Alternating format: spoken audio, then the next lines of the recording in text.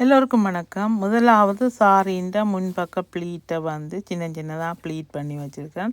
அதைத்தான் முதல்ல அயன் பண்ணணும். அதுக்கு பிறகு தான் நீங்கள் ஹெட் பீஸை அயன் பண்ணணும். இப்போ முதலாவது செருவுற முன்பக்க ப்ளீட்டை வந்து அயன் போட்டோட சேர்த்து பின் பண்ண போகிறேன். அதுக்கு எல்லா ப்ளீட்டுகளையும் அப்படியே அடுக்கின மாதிரியே எடுத்து வச்சுருக்கிறேன். மேல் பக்கமாக பின் பண்ணி வச்சுட்டு இப்போ நான் அயன் போட்டோட சேர்த்து கிளிப் பண்ணிவிட்டு இப்போ நல்லா இழுத்து கொடுத்து கீழே நீங்கள் ப்ளீட்டுகளை ஈஸியாக எடுக்கலாம். மேலே எந்த அளவு ப்ளீட் வந்து எடுத்தோமோ அதே மாதிரியே கீழ்ப்பக்க ப்ளீட், அதாவது கீழே நிற்கிற ப்ளீட்டையும் வந்து அதே அளவுக்கு எடுத்து, ஆனால் கொஞ்சம் கொஞ்சம் தள்ளி தள்ளி விரித்து வச்சுருக்கேன். உங்களுக்கு எந்த அளவு வேணுமென்றாலும் விரித்து வச்சுக்கொள்ளலாம். நான் 1 இன்ச்சி அளவில் தள்ளி தள்ளி வச்சு இப்போ நான் வந்து அயன் போட்டோட பின் பண்ணி வச்சுக்கொள்கிறேன். அப்போ தான் இந்த ப்ளீட்டுகள் வந்து அரங்காமல் நிற்கும். ஈஸியாக எங்களால் அயன் பண்ண முடியும்.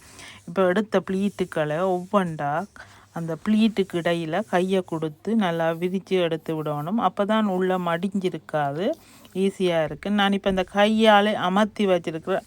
அதாவது இந்த சாரின்ற ப்ளீட்டின்ற அரைவாசி தூரத்துக்குள்ள இருந்து தான் அயன் பண்ண போகிறேன். இந்த ப்ளீட் பண்ணி இப்போ நான் எடுத்து வச்சுருக்க தெரியுது உங்களுக்கு. இந்த இடத்துல இருந்து தான் மேல் பக்கம் மட்டும்தான் அயன் பண்ண போகிறேன். கீழே அயன் பண்ண தேவையில்லை. ஒரு சில சாரிகள் வந்து அயனே பண்ண தேவையில்லை. நீங்கள் நல்லா அழுத்தி அயன் பண்ணி விட்டாலே போதும். நான் இதை வந்து மேல் பக்கமாக ஸ்டீம் பண்ணிவிட்டு என்னென்னு சொன்னால் நல்லா அழுத்தம் கொடுத்து மடிக்காமல் வச்சிருக்கிறேன். அதுக்கு பிறகு இப்போ இதில் நான் பின் பண்ணுறேன். பின் பண்ணிவிட்டு கீழ்ப்பக்க ப்ளீட்டை பாருங்கள் அப்படி நான் விரித்து விட போகிறேன்னு சொல்லி அதை அப்படியே அழுத்தி அயன் பண்ணாமல் அந்த உள்பக்க ப்ளீட்டை மட்டும் உள்பக்கமாக வர மடிப்பு, அதாவது ப்ளீட்டின் உள்பக்கமாக வர மடிப்பு, அந்த மடிப்பை மட்டும்தான் நீங்கள் அயன் பண்ணணும்.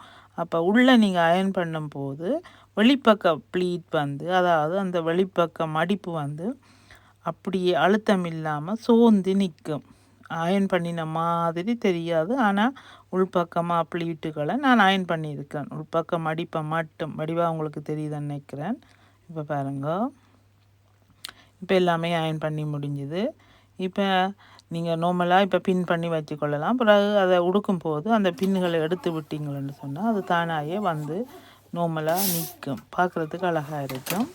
இப்போ அயன் பண்ணி முடிஞ்சது. இதை மெதுவாக கீழே அப்படியே வச்சுட்டு தொடர்ந்து இனி ஹெட் பீஸை நான் அயன் பண்ண போகிறேன். அதை ஹெட் பீஸை வந்து அயன் போர்ட்டில் போடுறேன். அதுக்கு பிறகு எந்த அளவு அகலம் உங்களோட ஹெட் பீஸ் ப்ளீட் பெறணுமென்றதை டிசைட் பண்ணி முதலாவது அந்த ஹெட் பீஸ் அந்த அந்த போர்டருடைய அளவை வந்து